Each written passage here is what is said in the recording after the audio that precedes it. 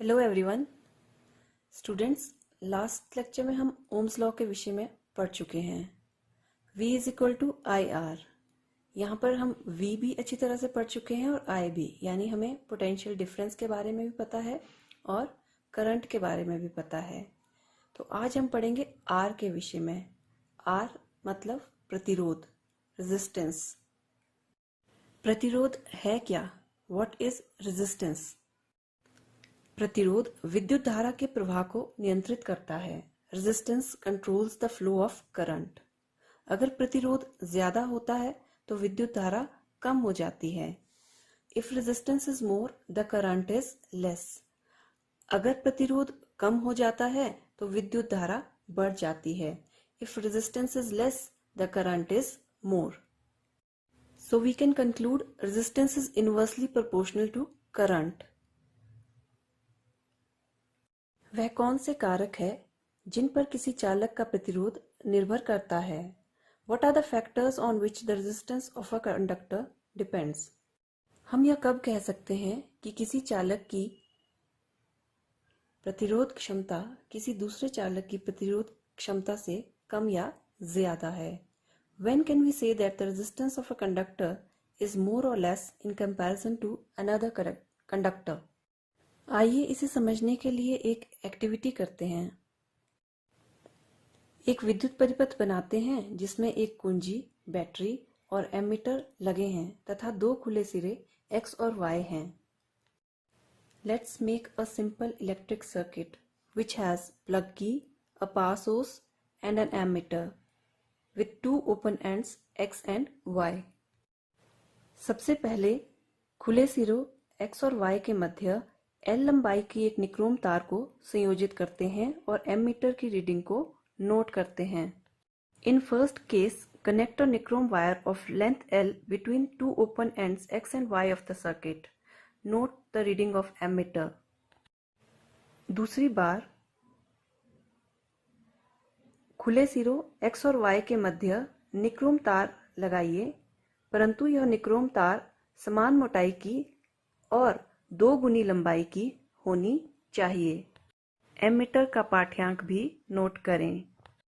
In second case connect a nichrome wire of double length and same thickness. Note the reading of ammeter.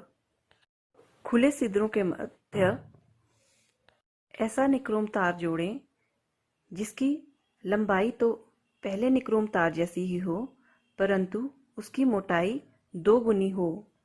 Ammeter का पाठ्यांक note करें।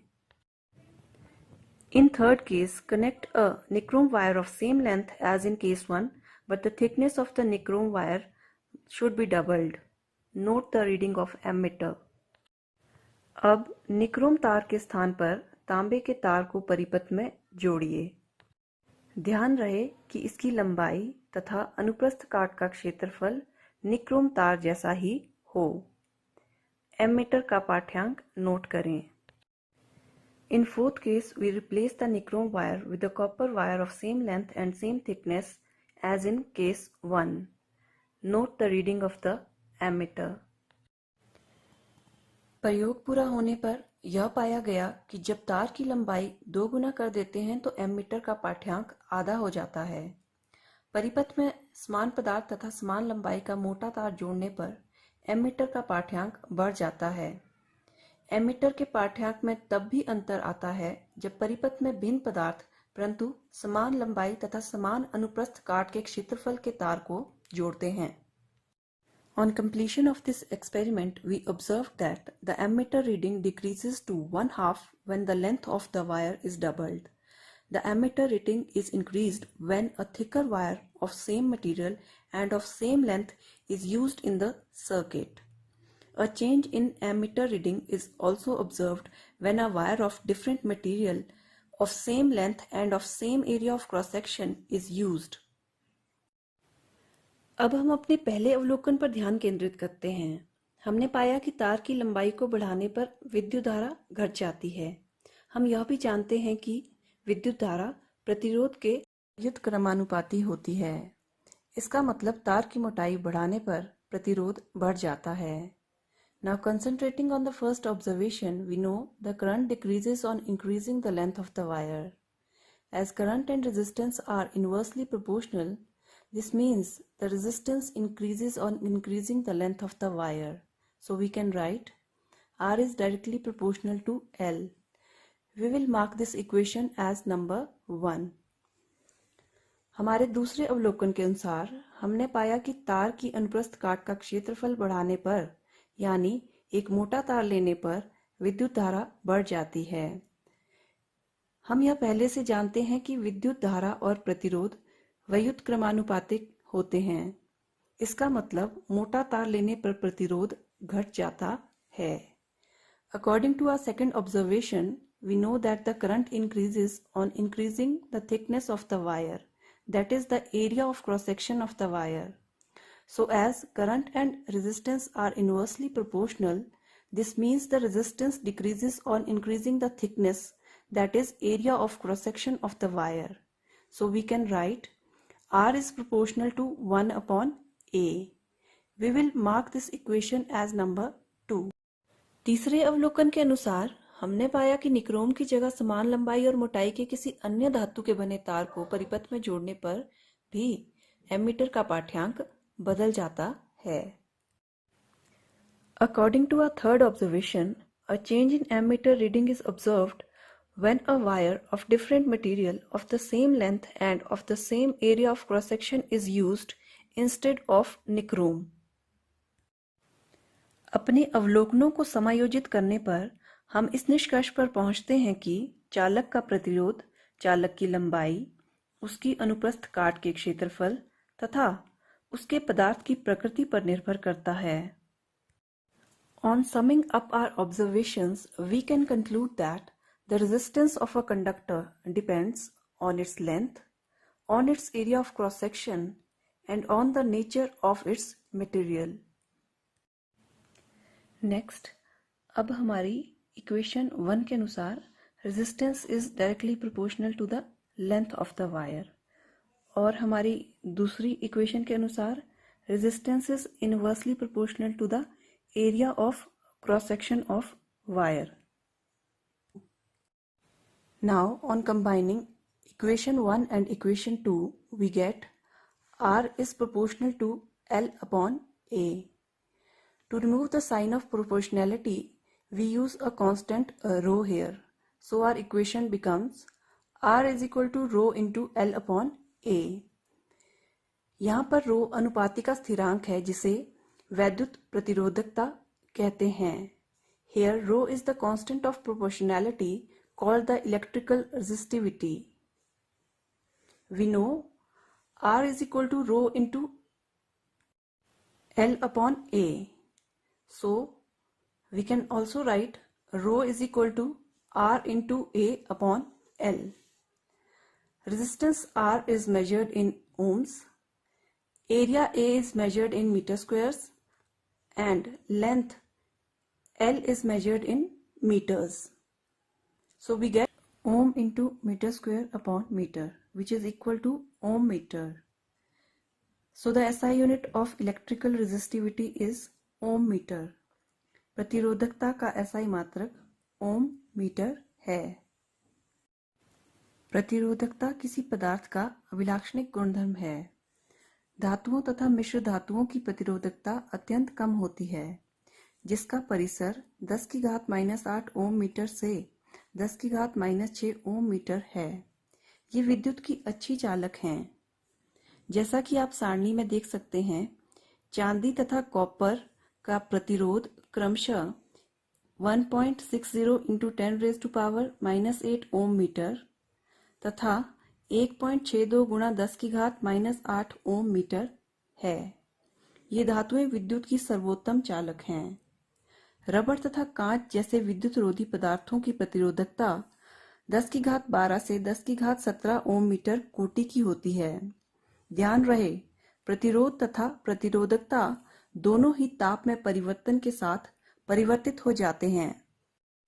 सारणी में हम यह भी देख पाते हैं कि व्यापक रूप में मिश्र धातुओं की प्रतिरोधकता उनकी अवयवी धातुओं की अपेक्षा अधिक होती है. मिश्र धातुओं का उच्च ताप पर शीघ्र ही उपचयन नहीं होता। यही कारण है कि मिश्र धातुओं का उपयोग विद्युत इस्त्री, टोस्टर आदि सामान्य विद्युत तापन युक्तियों के निर्माण में किया जाता है।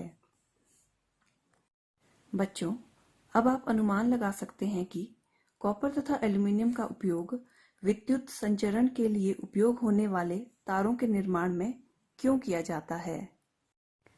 Resistivity is a characteristic property of the material. The metals and alloys have very low resistivity in the range of 10 raised to power minus 8 ohm meter to 10 raised to power minus 6 ohm meter. They are good conductors of electricity. As you can view in the table, the electrical resistivity of silver and copper are 1.60 into 10 raised to power minus 8 ohm meter and 1.62 into 10 raised to power minus 8 ohm meter respectively. So these metals are the best conductors of electricity. Insulators like rubber and glass have resistivity of the order of 10 raised to power 12 to 10 raised to power 17 ohm meter. Keep in mind both the resistance and the resistivity of a material vary with temperature. As we can see in the table, the resistivity of an alloy is generally higher than that of its constituent metals. Alloys do not oxidize readily at high temperature. For this reason, they are commonly used in electrical heating devices like electric iron and toasters, etc.